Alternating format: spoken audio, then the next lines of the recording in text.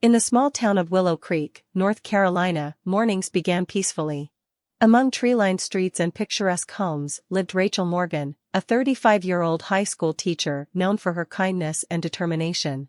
Married for 10 years to Ethan Morgan, a charismatic businessman, Rachel believed her life was the picture of happiness. However, the glow of her perfect life began to fade a few months ago. Ethan seemed distant, often distracted by his phone or preoccupied with last-minute business trips. Rachel tried convincing herself it was just work pressure, but deep down, something in her heart whispered that there was more to it. As she planned a grand celebration for Ethan's 40th birthday, Rachel decided to surprise him with something special, a limited edition watch featuring a personalized engraving. Secretly, she searched online for the perfect model and requested the inscription, "To Ethan, the love of my life. Forever yours, Rachel." The date was set, and the party would be an intimate gathering at their home. Rachel took care of every detail, from the invitations to Ethan's favorite dishes. The plan was simple, a surprise party with close friends, culminating in the special moment when she would present the gift. On the eve of the celebration, Rachel received an unexpected email from the jewelry store. The message read, "Dear Mrs. Morgan, we confirm the completion of the order for Mr. Ethan Morgan, as requested. Engraved message, to Ethan, with all my love. Always yours, T." Rachel read the message several times, unable to believe her eyes. The watch she ordered wasn't the same. Who was T? Why wasn't her name engraved? She immediately called the store. "Good evening, this is Rachel Morgan. I believe there's been a mistake with my engraving request. I received an email confirming something I didn't order." On the other end of the line, the attendant sounded confused. "Oh, Mrs. Morgan, I don't believe there's been an error. The order was placed directly by Mr. Ethan Morgan, with specific instructions for today's delivery. He provided the exact message for engraving. Are you sure you want to make changes?" Rachel felt the ground disappear beneath her feet. Ethan had ordered a gift for himself? Or worse, for someone else? The message wasn't for her. The watch wasn't for her. Determined to delve deeper into the mystery, Rachel hung up the phone, but her mind continued to race. Ethan had made the order, and the name T seemed like a clear clue that something was going on. But who was this person? Why would he go to such lengths? She tried to rationalize the situation. Maybe it was a misunderstanding, a gift for a client or friend. Still, the engraving on the watch was far too intimate to be casual. The house they shared was a cozy refuge, lovingly decorated by Rachel. Every picture on the wall and piece of furniture held a story. But suddenly, the home that once felt like a sanctuary now felt suffocating. Every corner carried the weight of doubt. Rachel was a practical woman. Instead of impulsively confronting Ethan, she decided to observe. He had a trip to Atlanta planned for the week, supposedly for an investors' meeting. Pretending she didn't suspect anything, Rachel began taking notes. She checked flight schedules and discreetly searched Ethan's laptop. Nothing seemed out of place, except for a series of messages with someone saved in his phone as Tina Office. The messages were brief, but the timing, often late at night, raised red flags. One read, "Can't wait to finally be with you. I need this time alone with the person who really matters." Rachel felt a tightening in her chest. She knew she needed more evidence before taking action. At work, Rachel found solace in teaching her literature classes. Her students were her passion, but even their youthful energy couldn't distract her from her dark thoughts. During a break, she confided in a close colleague, Melanie, about the situation. "Mel, I feel like I'm losing my mind. This could all be a big misunderstanding, but it might be exactly what it seems. I love Ethan, but if he's cheating on me, I need to know before embarrassing myself with this surprise party." Melanie, a no-nonsense kind of woman, suggested something Rachel would never have considered. "If you really want to know, hire someone. A private investigator. They can uncover in a day or two what might take you months to figure out." The idea seemed radical, but Rachel was desperate. Melanie recommended a trusted contact, Tom Bennett, a local detective known for his discretion. That same evening, Rachel called Tom. The detective had a calm voice and explained the process simply. He just needed Ethan's itinerary, a few details about his habits, and any clues Rachel already had. She provided everything she could, including screenshots of the messages and information about the trip to Atlanta. Meanwhile, Ethan remained oblivious to Rachel's suspicions. He seemed more relaxed, even attentive, which only made things more confusing. The night before his trip, he held her close as they watched TV, kissing her forehead and saying, "You know how much I love you, don't you?" Rachel wanted to believe him, but uncertainty was eating away at her confidence. The next day, Tom sent a preliminary report. Ethan had booked a room at a boutique hotel in Atlanta, but not alone. The reservation was under the name Ethan Morgan and Tiffany Chambers. Rachel's stomach churned. Tiffany Chambers. The name vaguely rang a bell. She was Ethan's administrative assistant. Young, attractive, and always polite at social events, Tiffany had never raised suspicions before. Rachel now faced a dilemma. The surprise party was scheduled for the next evening, and the watch was already in her possession. Should she confront him that night, cancel the party, or proceed with the plan and expose him in front of their friends and family? Rachel spent the night sleepless. Every time she closed her eyes, she imagined Ethan with Tiffany, laughing, touching her, saying the same loving words he used to say to her. Their marriage, once seemingly solid, now felt like a sham. But Rachel made a decision: she wouldn't act impulsively. She would wait for the surprise party to decide her next move. The following morning, Ethan left early for his trip. He left a note on the kitchen counter, as he often did on special occasions. "I can't wait to celebrate my birthday with you. Love you more than anything. Ethan." Rachel nearly tore the paper to shreds. The hypocrisy was unbearable, but she held herself together. She called Tom Bennett for an update. "I have visual confirmation of Mr. Morgan entering the hotel with Tiffany Chambers," Tom reported. "They've been together since check-in and have dinner reservations tonight." The words hit like a punch to the gut. Rachel knew she needed irrefutable evidence to confront Ethan, but Tom promised to send photos and a detailed report. In the meantime, she tried to act normal, finalizing the party's last details.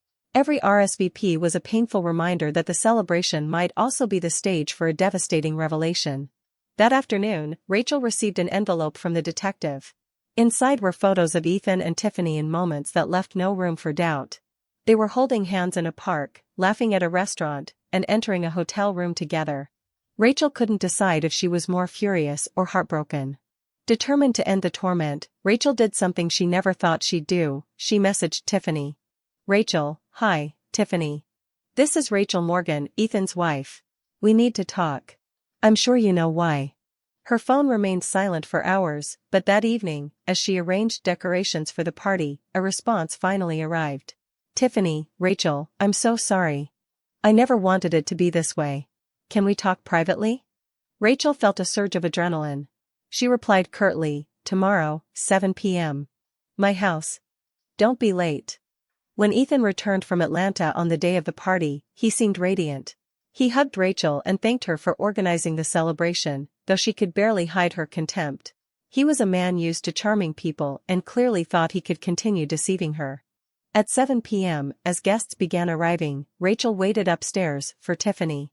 The young woman arrived promptly, visibly nervous, her eyes red from crying. "Rachel, please, listen to me. I didn't know Ethan was still with you. He told me you'd been separated for months. I swear, if I'd known, I never would've." Rachel stared at Tiffany coldly. "Never would've what, exactly?" Tiffany hesitated but eventually confessed everything. Their relationship had started about 6 months ago, during a corporate event. Ethan had claimed he was unhappy in his marriage and just needed time to finalize the separation. Rachel listened in silence, mentally noting every detail. "And you thought his birthday would be the perfect time to be together, is that it?" Tiffany began crying again, but Rachel had no patience for tears. "You're going to go downstairs and act like nothing happened. Don't say a word to Ethan, or you'll regret it. I'll take care of the rest." Tiffany reluctantly nodded. When all the guests had arrived, Rachel began the toast, commanding everyone's attention. Ethan, relaxed and standing beside her with his champagne glass, smiled. "Tonight, we celebrate not just Ethan's 40th birthday but everything he represents, a devoted husband, a loyal friend, and above all, a man of principle," Rachel began, her smile barely masking her bitterness. Ethan returned her smile, clearly moved. Rachel continued. "As a token of my love, I prepared something special for you." She handed him the gift box in front of everyone. Ethan, visibly touched, opened the present and read the engraving aloud. "To Ethan, with all my love. Always yours, T. Silence fell over the room.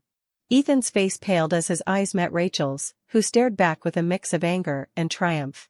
"Would you like to explain who T is, Ethan?" Rachel asked, her tone calm but heavy with intent.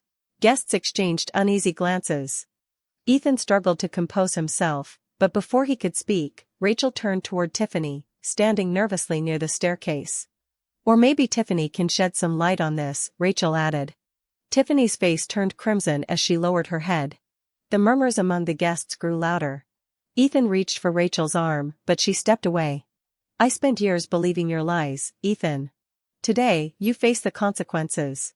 Happy birthday." With those words, Rachel grabbed her purse and walked out the front door, leaving Ethan to face the judgment of his friends and the weight of his own betrayal. Rachel drove aimlessly for nearly an hour after leaving the party. Anger and relief swirled inside her chest. She had exposed Ethan, but now she felt the heavy uncertainty of what would come next. She stopped at an empty park, taking deep breaths to calm herself. Her phone buzzed with dozens of messages from friends, all variations of, "What was that?" or "Are you okay?" She ignored them all. Rachel knew she had to decide what to do with her life. Her marriage was shattered, but she wasn't sure if she wanted to take the path of divorce or if there was anything left worth salvaging. The next morning, as she sipped bitter coffee in her kitchen, Ethan called. She hesitated before answering, but curiosity got the better of her. "Rachel, can we talk? Just the two of us. Please." "Why would I do that, Ethan? Your actions have said more than enough." "I made a mistake, Rachel. I just want to explain. I owe you that." She let out a humorless laugh. "You owe me much more than that." "Fine, come over, but don't expect my sympathy." When Ethan arrived, he looked defeated. The confident demeanor that had once drawn Rachel to him was gone. He sat at the table, looking at her as if searching for a trace of the woman who had always forgiven him. "Before I begin, I want to say I never meant to hurt you," he started. Rachel raised an eyebrow. "Congratulations. You managed to anyway." Ethan sighed, nervously rubbing his hands together. "I got lost, Rachel. There's no excuse, but Tiffany was just a distraction. I felt trapped. Not by you, but by the life we built. The pressures of work, the expectations. She made me feel something different. Something new." Rachel listened in silence, but every word felt like salt on an open wound. "So, you destroy our marriage because you needed a distraction? What kind of man does that, Ethan? And more importantly, what do you want now?" "I want to fix this. I want to win you back." Rachel laughed bitterly. "Win me back? Ethan, this isn't a romantic comedy. You betrayed me. Publicly. In front of people who respected our marriage. I'm not some prize you can win with empty words."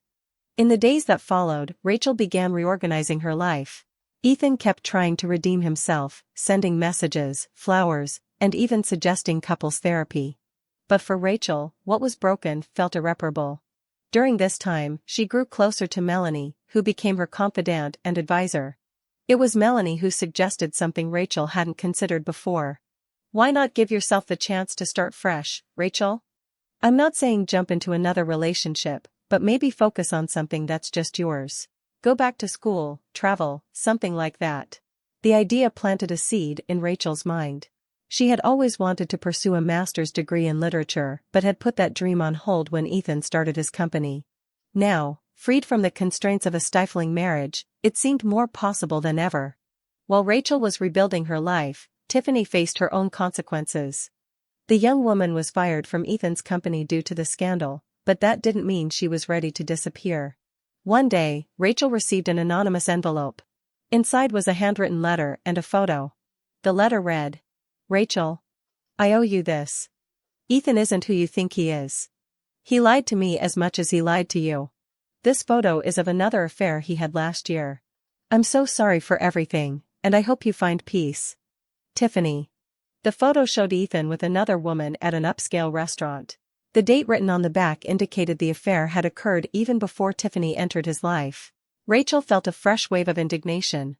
Everything Ethan had said about this being just a mistake was a lie. He was a man who did this repeatedly, without remorse. The revelation didn't devastate her, it empowered her. As Rachel moved forward, Ethan began to feel the consequences of his actions. Many friends who attended the party cut ties with him, including key investors in his company. His reputation was in tatters. One lonely night, he called Rachel again. "Rachel, I need you. My life is falling apart." But this time, Rachel was ready. "Ethan, I gave you 10 years of my life. You had every chance in the world to do the right thing.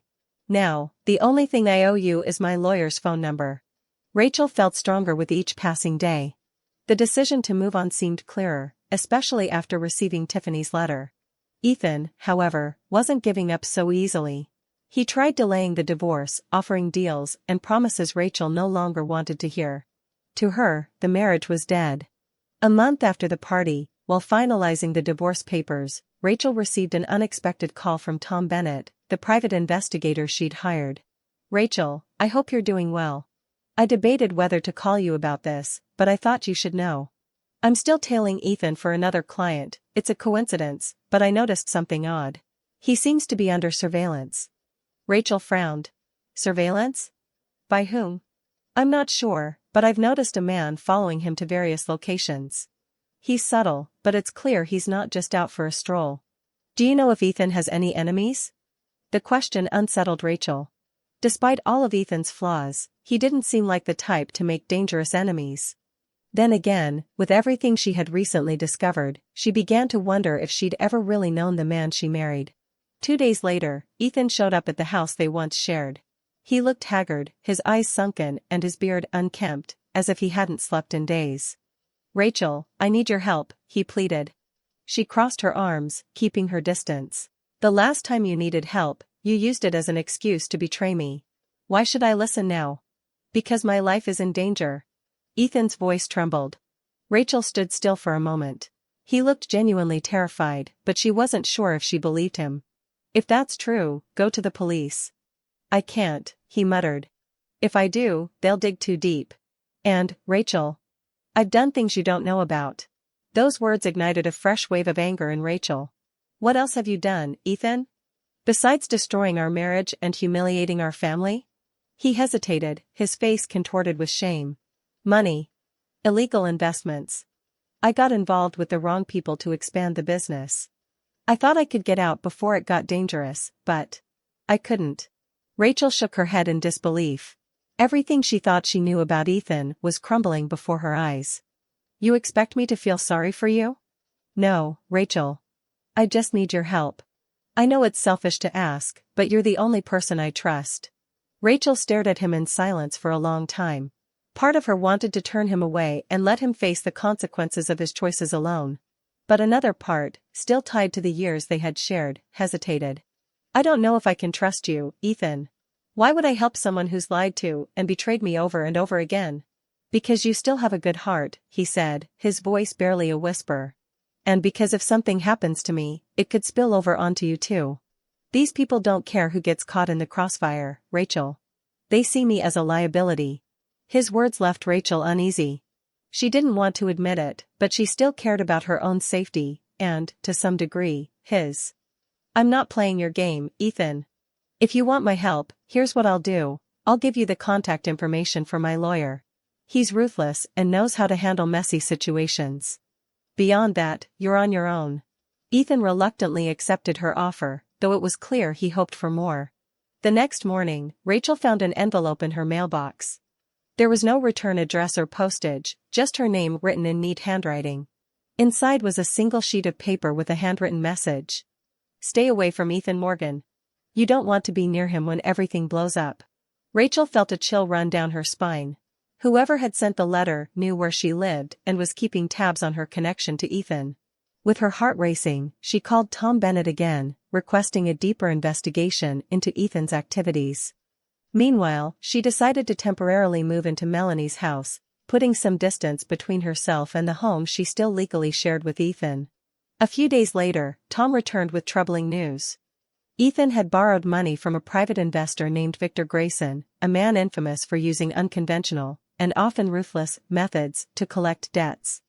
The real problem was that Ethan had no means to repay, and Victor was beginning to apply pressure. Tom added a more alarming detail: Victor Grayson had connections to the criminal underworld. The person following Ethan was likely one of Victor's men, and the warning left for Rachel suggested she was also being watched. Rachel now found herself in dangerous territory, with threats stemming not just from Ethan's past, but from people who could pose a real risk to her safety. Rachel was tired of feeling afraid, but she knew she had to proceed cautiously. The anonymous letter and Tom's findings confirmed she was entangled in something far larger than a case of infidelity. Her focus shifted to protecting herself and distancing herself from the fallout of Ethan's choices.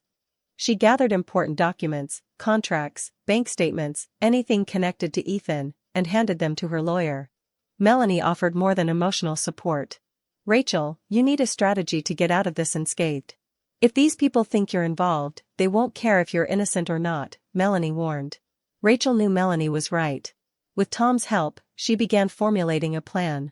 Days later, Rachel received another mysterious letter, this time with a more direct threat. "Last warning, stay away from Ethan Morgan, or you'll face the consequences." The panic was unavoidable, but alongside it was a spark of determination. She arranged a meeting with Victor Grayson, the man behind Ethan's debts, to clarify her position. In Victor's luxurious office, she was greeted with a cold calm. He was impeccably dressed, but his eyes carried an underlying cruelty. "So, you're Rachel Morgan," he said, smiling without warmth. "I assume you've come to tell me where my money is." "I owe you nothing, Mr. Grayson. My only mistake was trusting the wrong man. I'm here to ensure you understand I have no involvement in Ethan's business dealings." Victor regarded her for a long moment, clearly evaluating her words. "You may not be directly involved, but you share his last name and stood by him for years. That's enough for me. In my world, anyone associated with a problem becomes part of it." Rachel summoned all her courage. "I'm no threat to you. Ethan owes you money, not me. But if you keep intimidating me, I'll make sure this goes to the police." Victor smiled, this time with genuine amusement. "You've got guts, Mrs. Morgan. But tell me, do you really think the police can protect you from me?" The meeting ended without clear answers, but Rachel left more determined than ever to sever all remaining ties to Ethan. Meanwhile, Ethan's life continued to spiral downward. His company was on the brink of bankruptcy, and he could no longer maintain appearances. Friends and investors had abandoned him, and even Tiffany had cut ties after discovering the lies he had told her. Rachel, on the other hand, began carving out a path to freedom. With the divorce nearly finalized, she changed her last name back to her maiden name and started the process of selling the house they once shared. Each step was a way of leaving the past behind. But Ethan, desperate, showed up at Melanie's house, where Rachel was temporarily staying. "You can't abandon me like this, Rachel. I need you now more than ever. You're confusing me with someone who still cares, Ethan," Rachel said, her voice steady. "I tried to help you. You didn't listen. Now you have to deal with the consequences of your choices." He pleaded, but she remained firm. Before leaving, Ethan said something that gave her pause. "They won't stop, Rachel. And if you keep insisting on cutting ties with me, they might come after you. Is that what you want?" Rachel knew Ethan was right about one thing. As long as Victor Grayson and his men saw her as a potential ally or accomplice, she would remain in danger. This realization led her to make a radical decision. Rachel held the threatening letter, her heart pounding in her chest. It was a clear warning that her decision to expose Ethan and sever all ties hadn't gone unnoticed. But instead of succumbing to fear, Rachel resolved not to be a victim anymore. With Tom Bennett's help, Rachel bolstered her personal security. She installed cameras around her temporary residence, altered her travel routines, and even learned to use the pepper spray Tom handed her. "You can't afford to let your guard down," he said. "These people don't play games." In addition, Rachel began taking self-defense classes. At first, the environment felt intimidating, but over time, she realized the power in knowing how to protect herself. Each punch and block symbolized a step toward emotional and physical independence. While ensuring her safety, Rachel also focused on rebuilding her life. She applied for the literature master's program she had always dreamed of, a goal that had once seemed unattainable due to the priorities imposed by her marriage to Ethan. Returning to academia was a breath of fresh air. Rachel rediscovered the ambitious, independent woman she had been before marriage. Simultaneously, she began fostering new friendships and rediscovered the joy of surrounding herself with people unconnected to her tumultuous past. Melanie, who had supported Rachel every step of the way, remained a constant pillar of encouragement. You have no idea how inspiring it is to see you rise like this, she said one evening. Not everyone would have this kind of courage. Rachel smiled. I guess I never had a choice. Either I got up, or I let Ethan and all his problems destroy me. And I'm not the kind of person who gives up. Despite her progress, Rachel knew she wasn't entirely free. Victor Grayson's threats lingered over her like a dark cloud. One day, after leaving class at the university, she noticed a black car parked across the street. It wasn't overtly threatening, but the frequency with which she had seen the same vehicle in places she frequented was unsettling. She called Tom Bennett, who quickly confirmed her suspicions. They're watching you, Rachel. They want to make sure you don't cause any more trouble. But that also means they don't plan to act immediately. Still, stay vigilant. Although uneasy, Rachel refused to be intimidated. She maintained her routine, determined not to let fear dictate her life. Weeks later, Rachel received a call from her lawyer. Ethan had been formally arrested, charged with fraud and money laundering. The evidence Rachel had provided was pivotal to the investigation, and he now faced an imminent trial. The news brought relief, but also stirred mixed emotions. Despite everything, Ethan had been a significant part of her life for many years. Yet Rachel knew he alone was responsible for his actions and their consequences. The effects were immediate. With Ethan out of the picture, Victor Grayson withdrew his men from Rachel's vicinity, signaling that she was no longer a concern. However, to ensure her safety and leave her past behind, Rachel decided to relocate to a new city. In her new home in Asheville, North Carolina, Rachel finally found the peace she had been longing for. Her graduate studies were intense but invigorating, and she began collaborating with a local writers' group. For the first time in years, Rachel allowed herself to dream about the future without the weight of Ethan's lies and betrayals. Melanie visited often, and during one visit, she remarked, "You know, Rachel, I don't think I've ever seen you this radiant. That smile, it's been a long time since I've seen it on you." Rachel smiled back. "You know what it is? For the first time in years, I feel like I'm in control of my own life. And that's more liberating than anything I could have imagined." As Ethan's trial approached, Rachel received a subpoena to testify.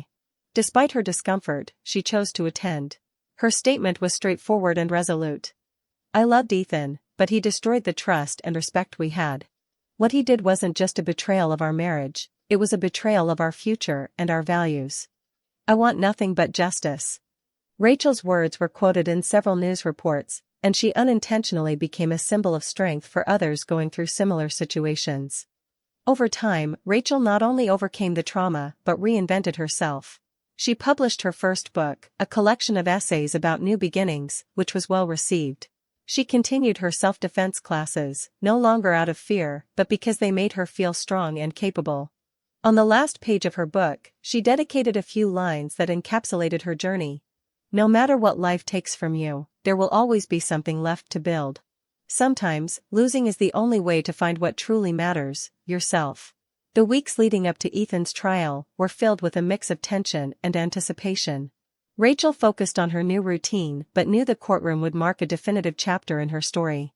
Not only would it offer closure, but it would also solidify her role as someone who had taken control of her life. Meanwhile, local media began covering the case, detailing the charges against Ethan and his dealings with questionable figures like Victor Grayson.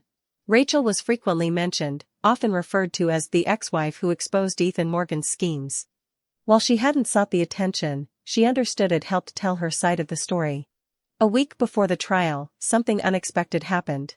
Rachel was leaving a coffee shop when she spotted Victor Grayson standing on the sidewalk, impeccably dressed but exuding an intimidating presence.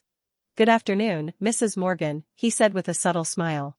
Rachel froze mid-step, trying to stay calm. "What do you want?" Victor raised his hands in mock surrender.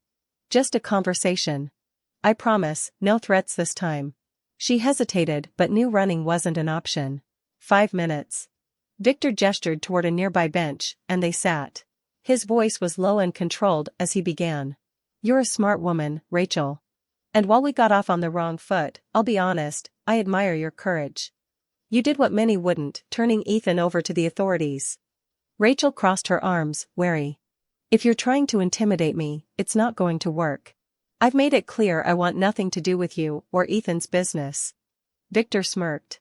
"No, I'm not here to intimidate you. Quite the opposite. I want to ensure that the Ethan Morgan problem is resolved once and for all. He's been a thorn in my side for too long, and now that he's facing justice, I think we can all move on. Rachel narrowed her eyes. And why does that matter to you?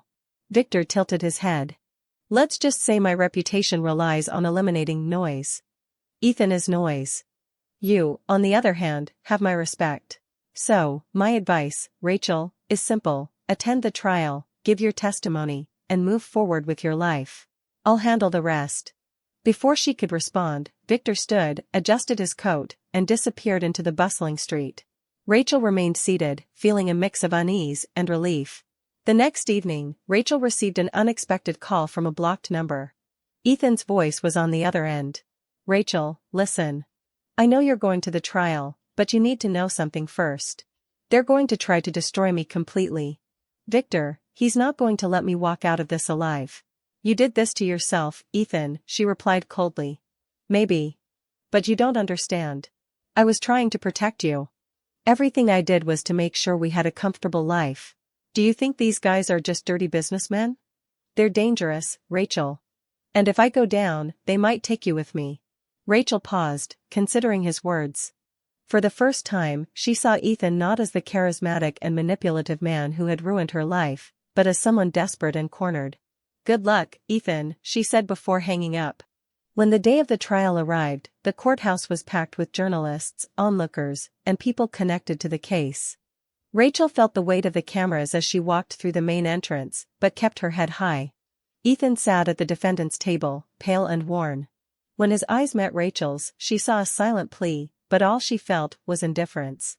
The prosecution began presenting its case, meticulously outlining Ethan's financial fraud and his ties to Victor Grayson. When Rachel was called to the witness stand, she recounted her story with calm determination. I loved Ethan Morgan, she said. But he wasn't honest with me or anyone else around him. He used lies to build his life, and those lies have finally caught up with him. Rachel's testimonies helped solidify the case against Ethan, but also revealed Victor Grayson's role in the scheme. Although Victor was not officially under investigation, the prosecutor hinted that new evidence might soon come to light. As Rachel left the courthouse, she felt the weight of a familiar gaze. Across the street, Victor Grayson stood watching her. He didn't smile this time, but gave her a slight nod before disappearing into a black car. Tom Bennett, who was closely accompanying Rachel, murmured, You've stirred the hornet's nest, Rachel. But I think he knows he can't intimidate you anymore. I don't care what he thinks anymore, she replied. All I want is for this to be over. The trial entered its final phase, and the pressure on Ethan reached its peak. The evidence against him was overwhelming, but the tension in the courtroom escalated when new information emerged. During the cross-examination of a key witness, a former accountant for Victor Grayson, Victor's name was officially implicated in the money laundering scheme. Seizing the moment, the prosecutor presented additional documents connecting Ethan directly to transactions with Victor, exposing the broader network of financial crimes. From the defendant's seat, Ethan began to sweat, his behavior becoming increasingly erratic. He muttered something to his attorney, but nothing seemed to calm him. Rachel watched attentively, remaining calm but vigilant. When the judge called for a brief recess, the courtroom began to clear out. Rachel, speaking with her attorney, noticed unusual activity near the main entrance. Two well-dressed men entered quietly and stood near the door, appearing to wait for something, or someone. Before she could process what was happening, Ethan abruptly stood up and shouted. I can't do this anymore. They're going to kill me. They'll kill all of us. The courtroom fell silent. The judge pounded the gavel, calling for order, but Ethan remained frantic, gesturing toward the men who had just entered. You think you can take me down? He screamed, pointing at one of them. I won't go down alone. You'll all pay. A murmur spread through the room. The press cameras captured the moment, and the judge ordered Ethan to be removed. Before being escorted out, he shot a final look at Rachel. I warned you, Rachel. I warned you. That night, Rachel sat in her new home, trying to process the events of the day. The image of Ethan, panicked and erratic, echoed in her mind. She knew he was talking about Victor Grayson, and his words weren't mere paranoia. While jotting down her thoughts in her journal, her phone lit up with a message from Tom Bennett. Be careful. My sources say Ethan may have triggered something bigger today in court. Let me know if you need immediate help. Rachel felt a chill run down her spine. She barely had time to respond before a distant explosion shook her windows. She ran to the balcony and saw a plume of black smoke rising on the horizon. It was the detention center where Ethan was being held. Her heart raced.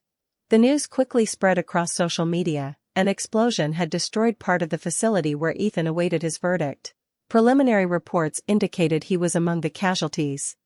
Officially, authorities cited a technical incident, but Rachel knew that was unlikely. The following day, Tom arrived at her house with a grave expression, and Rachel knew he had something important to share.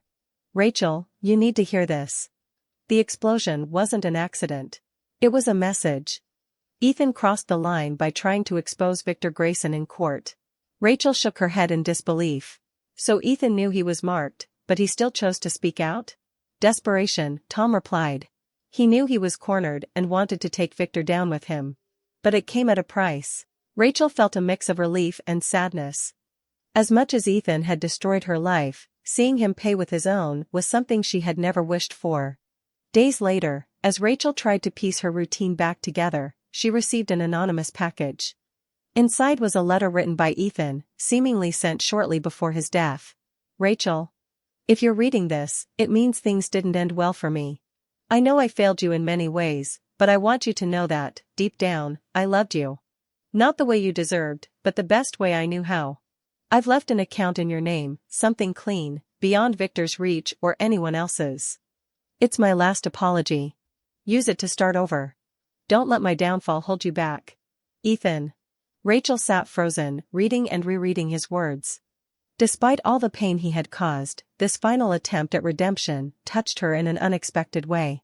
With Tom's help, Rachel confirmed that the mentioned account was legitimate and that the money could help her pay off debts, complete her master's degree, and finally feel financially secure.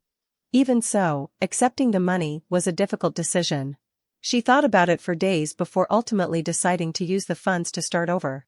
But instead of seeing it as a gift from Ethan, she viewed it as a step she had earned, something she would use to build the life she had always deserved. Months had passed since the events of the trial and the explosion that claimed Ethan's life.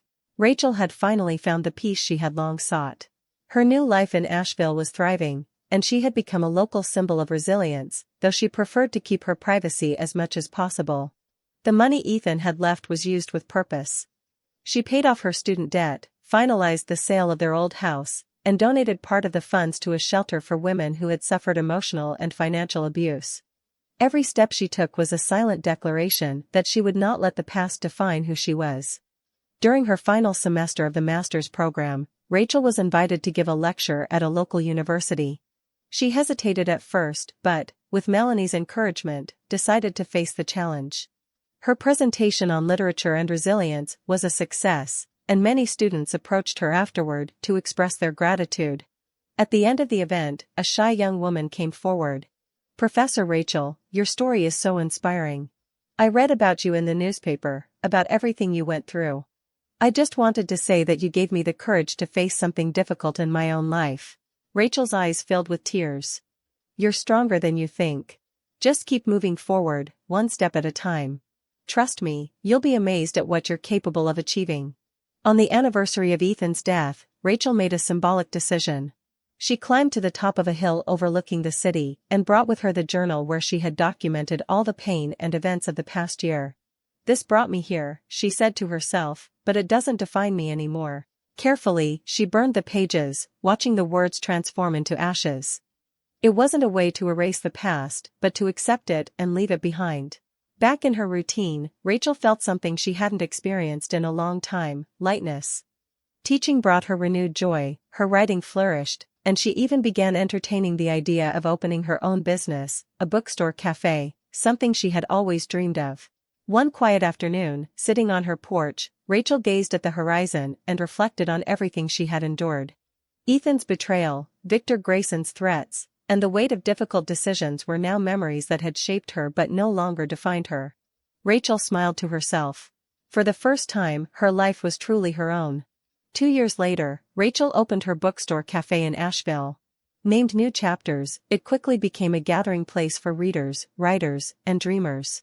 While organizing the first books on a shelf, she noticed a small note tucked inside one of them. Sometimes the greatest betrayals lead to the greatest new beginnings. Thank you for inspiring me. An anonymous admirer. Rachel smiled, feeling grateful for life's unexpected gifts. Betrayals and pain were part of her past. The future was bright, and for the first time, she felt ready to fully embrace it.